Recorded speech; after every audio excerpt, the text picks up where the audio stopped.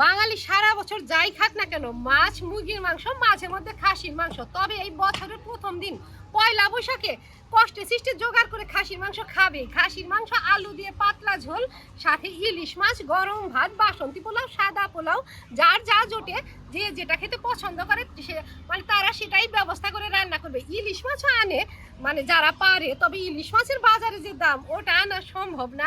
এই যে 500 টাকার খাসি মাংস আনা হয়েছে, এটা এখন পরিষ্কার করে ধুয়ে আলু দিয়ে পাতলা করে লাল লাল করে ঝোল রান্না করবো, এটা দিয়েই খাওয়া চলবে। আর সাথে করবো সাদা ভাত, ওই বাসন্তী পোলাও করবো না, সাদা ঝরঝরে পোলাও করবো না। যাই হোক, এখন মাংসটা পরিষ্কার করে ধুয়ে নিয়ে মশলা টসলা দিয়ে মেখে নেবো।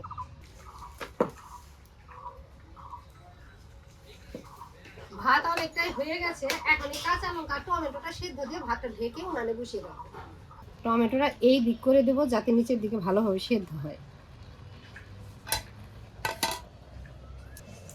বেশি টান দেবো না, একটু টান দিয়ে রাখি। মাংস গামলাতে ঢেলে দিছি, উপরে জল দেই। এখন তো সব দোকানদাররাই মাংস এত পরিষ্কার ভাবে কাটে, মাংসের উপরে একটা লোমও থাকে না।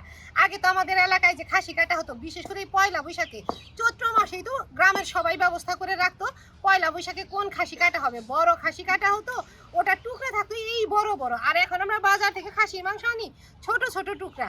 যাই হোক, ওই মাংসের মধ্যে মানে গ্রামে যে খাসি কাটা হতো ওই মাংসের মধ্যে লোম টোম থাকতো, এত বড় বড় খাসির মাংসে কালো কালো লোম থাকতো। এখন আর বাজারে তা থাকে না, আরো বেশি ভালোভাবে পরিষ্কার করে যাতে কাস্টমার পরের দিন ওই দোকানে যায়।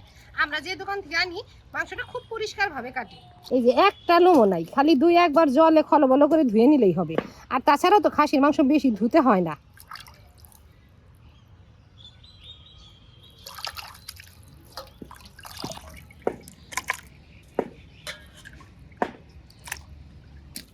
এই তো ধোয়া হয়ে গেছে।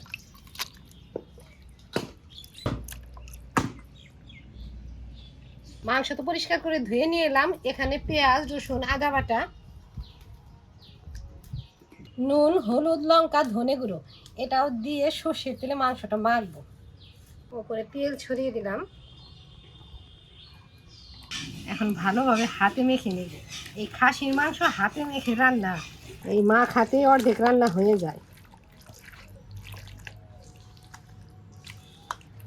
আমি তো সবসময় মাংস মেখে তখনই রান্না বসিয়ে দিই, তবে আজকে একটু হাতে সময় আছে, মানে সকালকার খাওয়াটা হয় নাই, উনানে ভাত বসানো আছে, খেয়ে দিয়ে তারপরে রান্না বসাবো। 1/2 ঘন্টার মতো মেখে চুখে নিলাম, 1/2 ঘন্টার মতো ঢাকা দিয়ে রাখবো। তবে এখনো তো জিরে গুঁড়োটা দিই নাই, জিরে গুঁড়োটা দিয়ে দিব। ভাজা জিরে গুঁড়ো দিয়ে দিলাম। মেখে চুখে যেহেতু 1/2 ঘন্টা রাখবো, জিরে গুঁড়োটাও মাংসের মধ্যে ভালোভাবে মিশে যাবে। একটু ঢাকা দিয়ে রাখলাম।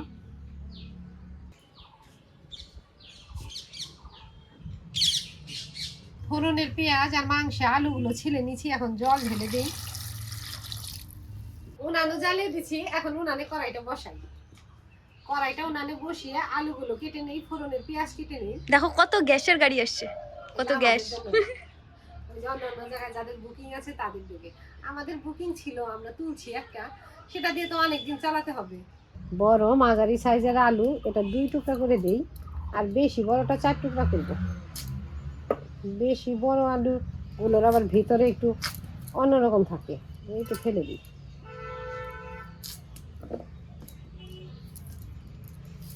এটা তো ফেলে নিলাম, এখানেও আছে। কড়াই গরম হয়ে গেছে, কড়াইতে এখন সর্ষের তেল দিই। সর্ষের তেল দিলাম, আর গরম সর্ষের তেলে আগে আলুগুলো ভেজে রাখবো। আলু গরম তেলে দিয়ে দিই।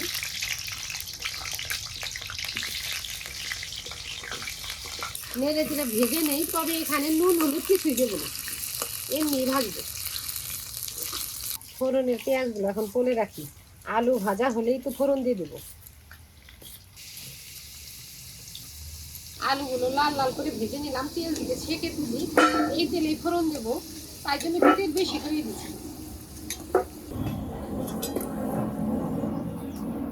এখন এই তেলে একে একে ফোড়নে সবকিছু দিয়ে দিই। তেজপাতা, শুকনা লঙ্কা, গোটা জিরে, গরম মশলা, একটু নেড়ে চেড়ে নিয়ে পেঁয়াজ কুচিয়ে দিলাম। পেঁয়াজগুলো প্রায় লাল লাল হয়ে ভাজা ভাজা হয়ে গেছে, এখনই মাখানো মাংস ঢেলে দেবো। আর আজকে যে মাংস মেখে রাখছি 8 ঘন্টার উপরেই হয়ে গেছে। পেঁয়াজগুলো বেশি পোড়া পোড়া করে না ভেজে এই যে হালকা ভাবে ভেজে নিলাম। এখনই মাখানো মাংস ঢেলে দিই। মশলাটুকু দিয়ে দিলাম। এখন নেড়ে চেড়ে মিশিয়ে দিই।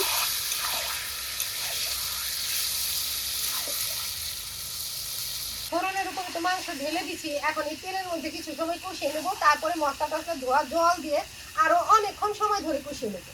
তেলে ভাজা ভাজা করে নিলাম, তবে এখন জল দিতে হবে। জল না দিলে যে লেগে ধরবে, আর জল দিয়েই কষাতে হবে।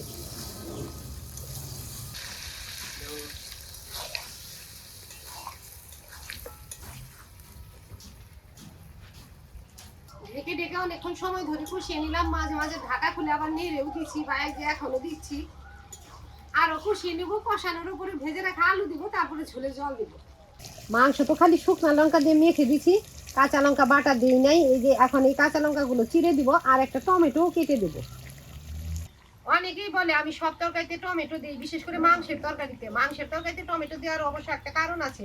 অনেক মশলা দিয়ে মাংস রান্না হয়, ঝোলটা মাংসের ঝোলটা একটু মশলাদার হয়ে যায়। টমেটোটা দিলে কি হয়, ওই ঝোলটা খেলেও কোনো অসুবিধা হয় না।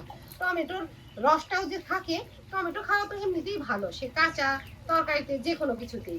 আর যদি মাংস একদম রান্নার শুরুতে টমেটো দিয়ে দেই, টমেটো গলে টলে জায়গা, আমি একটু পরে পরে দিলাম যাতে মাংসটাও গলে গেছে। এখন টমেটো গললে আর অসুবিধা নাই।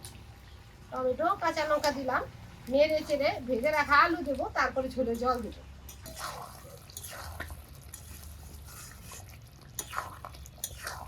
এখন আলু দেই, আলু দিয়ে নেড়ে চেড়ে নিই। নেড়ে চেড়ে নিলেই ওই আলুর মধ্যে মশলা ঢুকে যাবে, আলুটা একদম স্বাদের হয়ে যাবে। খাসির মাংসের আলু আর ঝোলই তো স্বাদ লাগে বেশি। আলুর মধ্যে মশলা ঢুকে যাবে, আলুটা আর ভেতরে তো লাগবে না।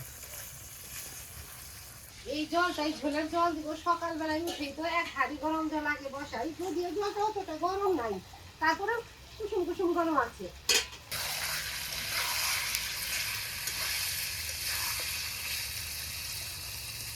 ঝোলের জল দিয়ে দিলাম।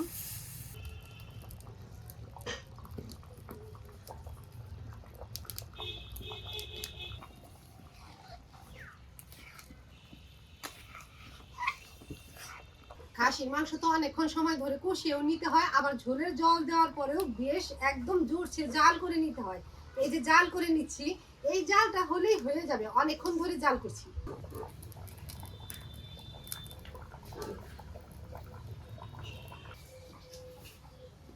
লাকড়ি দিয়ে জাল দেই, আর লাকড়িগুলো হলো একদম কাঠের। খুচিয়ে খুচিয়ে দিলে যে ভিতরে যে আগুন থাকে ওগুলো জ্বলে যায়। গরম মশলা গুঁড়ো ছড়িয়ে দিলাম। রান্না হয়ে গেছে, এখনই ঢেলে দেবো।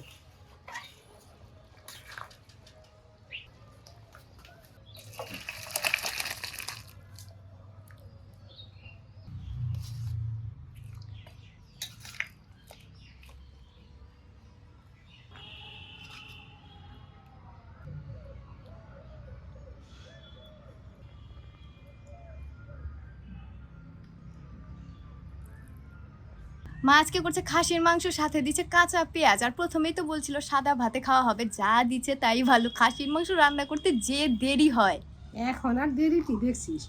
আমাদের সময় কি হতো, এখন যেমন গ্যাস আছে, প্রেসার কুকার আছে, খাসির মাংস আনলে ফটাফট রান্না করতে পারে কেউ যদি চায়। আর আমাদের সময় আগে কি হতো, সেই খাসির মাংস রান্না করতে বসতো, আমাদের আর ভাই বোনের ধৈর্য কুলাতো না। যদি রাতে রান্না করতো তবে তো আমরা ঘুমিয়েই পড়তাম, ঘুম থেকে উঠিয়ে আবার খাওয়াতো। যাই হোক, এখন তো তাও একটু তাড়াতাড়ি করার ব্যবস্থা আছে।